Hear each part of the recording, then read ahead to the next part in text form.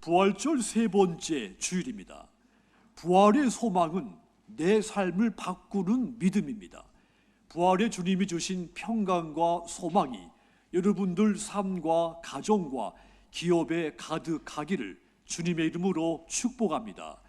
자, 지금 이 시대는 소망이 없는 시대입니다. 절망이 더 큰 시대이죠. 많은 사람들이 소망을 잃고 절망 속에 사는 사람들이 많습니다. 그 절망을 잊기 위해서 알코올 중독이나 또 약물 중독, 인터넷 중독, 도박, 일에 중독되거나 게임에 혹은 섭식 중독에 스마트폰 중독에 온갖 중독에 빠져서 이 절망을 잊으려고 하는 사람들이 많습니다. 매일매일 삶의 의미와 가치를 잃어버린 채 사람들이 좌절, 절망 가운데서 무기력하게 살고 있는 사람들이 많습니다. 그러다가 이렇게 살아서 무엇하겠는가? 차라리 죽는 것이 낫겠다 해서 극단적인 선택을 하는 사람들도 있습니다. 왜냐하면 소망이 없기 때문입니다. 그렇습니다. 이 세상에는 진정한 소망이 없습니다. 하지만 여러분, 크리스찬에게는 진정한 소망이 있습니다. 예수 믿는 사람, 그리스도인이라고 하는 것은 예수님의 부활과 승천과 다시 오실 그 재림을 기다리는 소망의 사람들입니다. 부활하신 주님께서 제자들에게 내가 다시 오겠다고 약속을 하셨습니다. 요한복음 14장 2절과 3절 보시면 내 아버지 집에 거할 곳이 많도다. 그렇지 않으면 너희에게 일러쓰리라. 내가 너희를 위하여 거처를 예비하러 가노니 가서 너희를 위하여 거처를 예비하면 내가 다시 와서 너희를 내게로 영접하여 나 있는 곳에 너희도 있게 하리라 그랬습니다. 부활하신 주님이 우리를 위하여 하늘나라의 거처를 처소를 예비해 놓으신다고 한 겁니다. 그리고 다시 오시겠다고 약속하신 겁니다. 다시 오셔서 우리를 예비하신 곳으로 데리고 가겠다고 말씀하신 것입니다. 그래서 예수님의 재림은 믿는 사람들에게 부활의 소망인 것입니다. 자, 이 부활의 소망은 역사상 수많은 사람들의 삶을 바꾸어 놓았습니다. 그렇다면 여러분, 이 부활의 소망이 오늘 저와 여러분의 내 삶을 어떻게 바꿉니까? 이 부활의 소망은 가장 먼저 나로 하여금 하나님의 자녀라고 하는 정체성을 확신을 갖고 살게 만들었습니다. 과거 신분제도가 있었을 때 자신을 다른 사람에게 소개할 때 아버지의 이름을 먼저 소개를 했습니다. 아무개의 아들, 아무개의 딸 누구입니다. 자, 왜 그랬습니까? 부모의 신분, 부모의 힘과 권력이 그 자신의 힘과 권력으로 나타나기 때문인 것이죠. 지금도 마찬가지입니다. 권력자나 자산가 혹은 유명인의 자녀들, 아버지의 이름을 먼저 소개하고 누구입니다. 한마디로 권력자의 권세자의 자녀로 태어나는 것 자체만 가지고도 힘과 능력을 과시할 수 있기 때문인 것이죠. 하지만 여러분, 저와 여러분들에게는 이 땅에서 크게 내세울 만한 것이 없는 평범한 보통 사람들입니다. 다른 사람들 앞에 크게 내세울 만큼 부를 축적한 것도 아닙니다. 하지만 여러분, 예수 믿는 우리는 하나님 나라에서 그 어떤 권세자보다 높은 하나님의 자녀인 것입니다. 요한은 예수 믿는 사람을 크리스찬을 가리켜서 하나님의 자녀라고 선언했습니다. 오늘 1절 다시 보십시오. 보라, 아버지께서 어떠한 사랑을 우리에게 베푸사 하나님의 자녀라 일컬음을 받게 하셨는가. 우리가 그러하도다. 그러므로 세상이 우리를 알지 못함은 그를 알지 못함이라고 했습니다. 보라, 아버지께서 어떠한 사랑을 우리에게 베푸사 그랬습니다. 하나님이 우리에게 어떠한 사랑을 베푸셨다고 했습니까? 하나밖에 없는 독생자 아들을 내어주신 사랑을 우리에게 베푸신 것입니다. 하나님께서 그 지극한 사랑을 베푸셔서 죽음에서 부활하신 예수님을 믿는 모든 사람들을 하나님의 자녀로 삼아 주신 것입니다. 우리가 그 가운데 한 사람이 된 것입니다. 우리가 하나님의 자녀가 됐다고 하는 것, 하나님을 아버지라고 부를 수 있는 특권이 주어졌다고 하는 뜻인 겁니다. 저와 여러분들, 하나님을 아버지라고 부르면서 기도할 수 있게 된 것, 하나님의 자녀로서 특권을, 어느 누구도 가질 수 없는 그 특권을 얻게 된 겁니다. 갈라디아서 4장 6절 보시면, 너희가 아들임으로 하나님이 그 아들의 영을 우리 마음 가운데 보내사 아빠, 아버지라 부르게 하셨느니라 그랬습니다. 종은 주인을 가리켜서 아버지라 부르지 못합니다. 아들만 아버지라 부를 수 있습니다. 그러므로 우리가 하나님을 가리켜서 아바, 아버지라고 부를 수 있는 것, 우리에게 새롭게 주어진 특권인 것입니다. 인간은 아담의 범죄 이후부터 마귀의 자녀가 된 죄인이 됐습니다.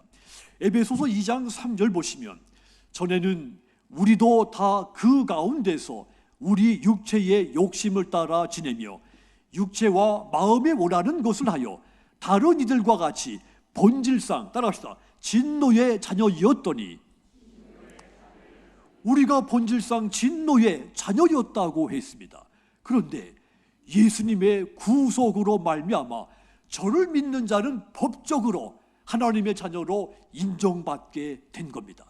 그리스도의 공로로 말미암아 하나님의 양자가 된 겁니다.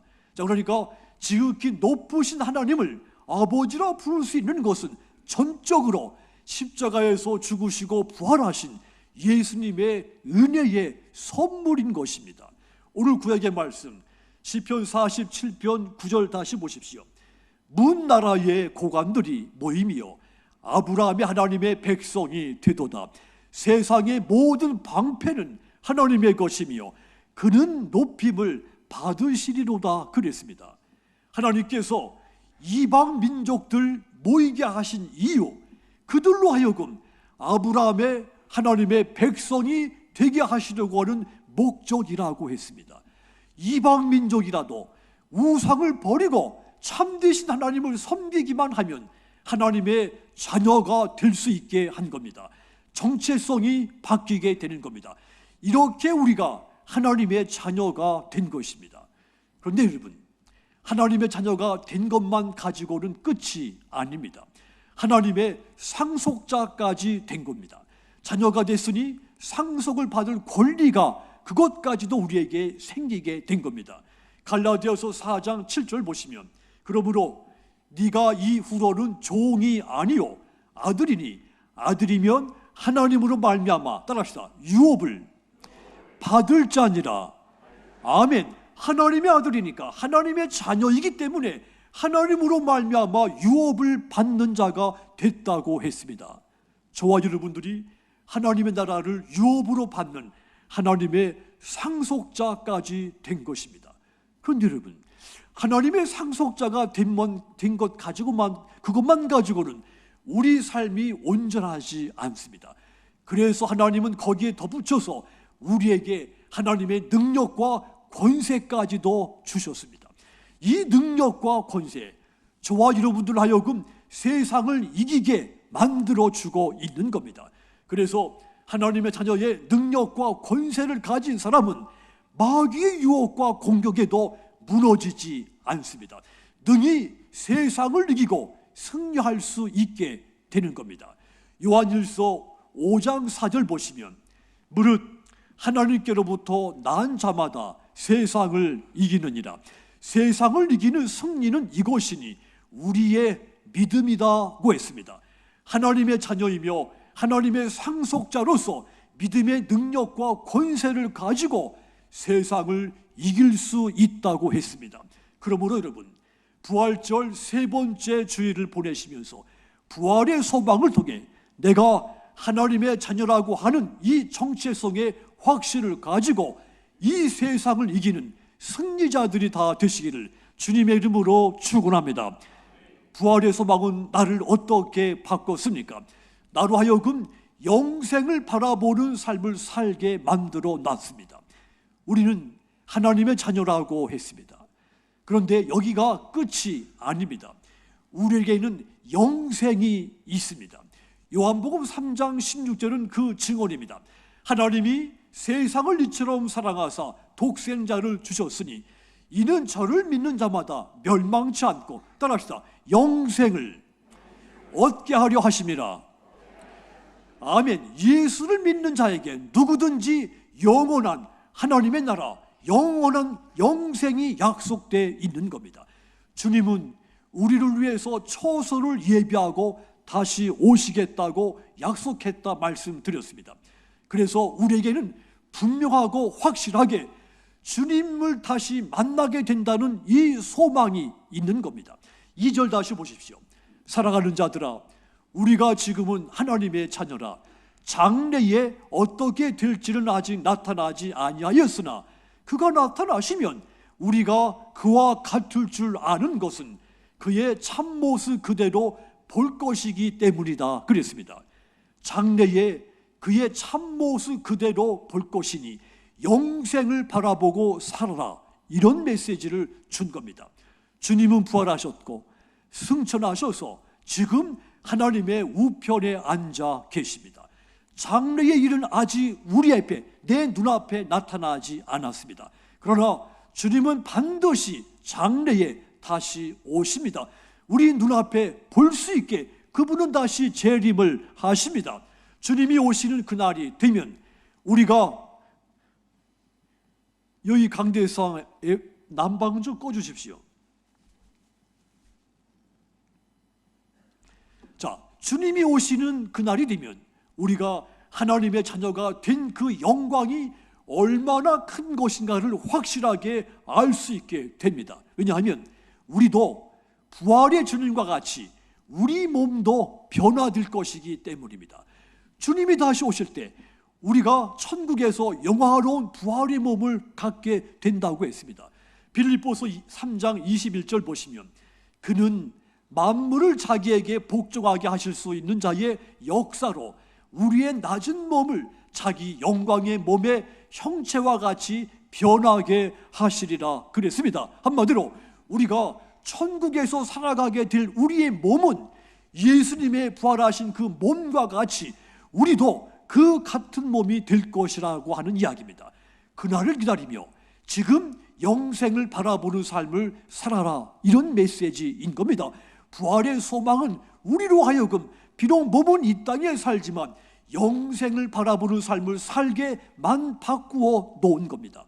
사랑하는 성도 여러분, 여러분들이 주님 앞에 설 때 여러분에게서 하나님의 형상이 회복됩니다. 다시금 하나님과 얼굴과 얼굴을 맞대고 더 이상 눈물도 슬픔도 고통도 없는 영원한 삶을 살게 되는 것입니다. 그런데 여러분, 영생을 바라보며 사는 사람은 자신을 깨끗하게 해야 한다고 했습니다. 요한은 영생을 바라보는 삶을 사는 사람은 그의 깨끗하심과 같이 자기를 깨끗하게 해야 한다고 권고했습니다. 본문 3절 다시 보십시오. 주를 향하여 이 소망을 가진 자마다 그의 깨끗하심과 같이 자기를 깨끗하게 하느니라 그랬습니다. 그렇습니다. 예수님께서 우리를 위하여 예비하신 그 천국, 영원한 나라, 그 영생을 바라보며 사는 사람은 언제든지 자신의 삶을 돌아보게 마련입니다. 영생을 바라보는 이 믿음, 삶을 사는 사람들은 자신의 삶을 깨끗하게 하는 힘이 되고 능력이 돼서 끊임없이 내 삶이 어떠한가를 돌아보며 자신의 삶을 정결하게 힘써 노력하게 되는 겁니다. 그렇다면 여러분, 예수를 구주로 고백하여 영원한 생명을 얻으셨습니까? 여러분에게는 부활의 소망이 여러분에게 있습니까?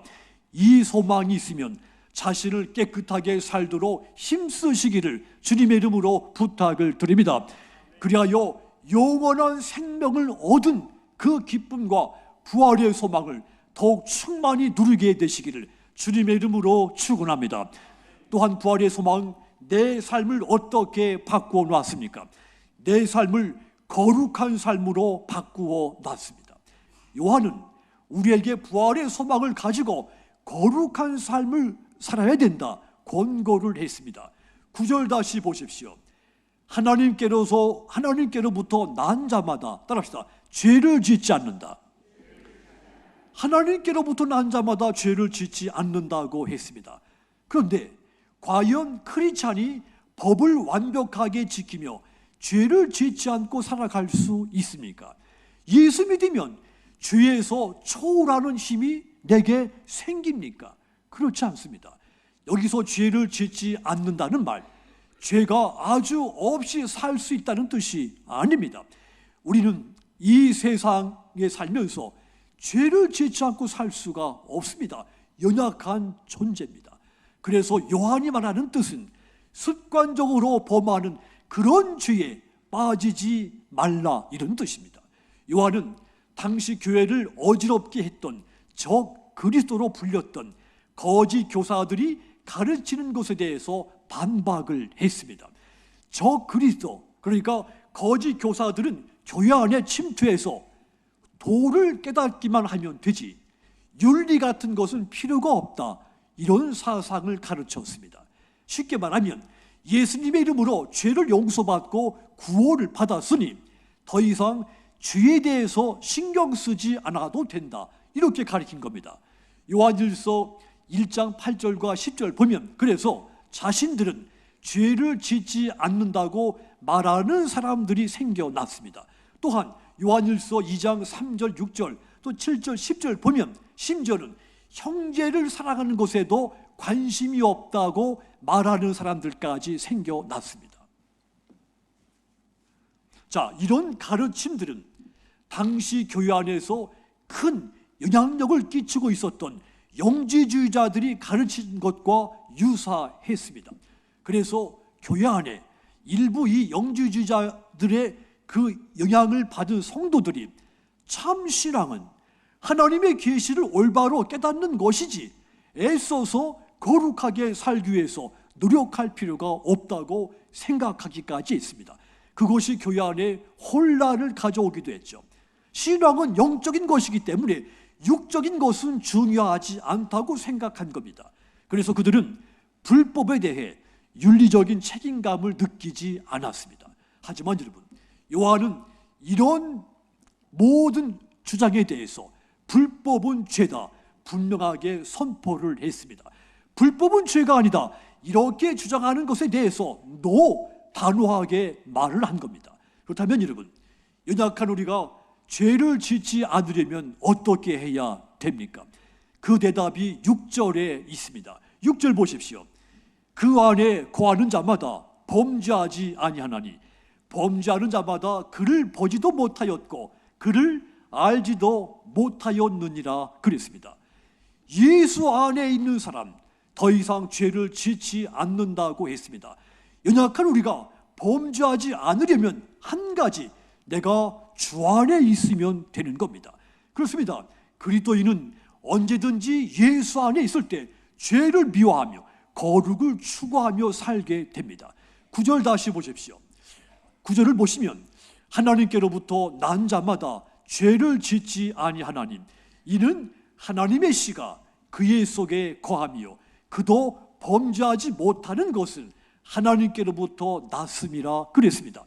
하나님께로부터 난 사람, 더 이상 죄를 짓지 않는다고 했습니다.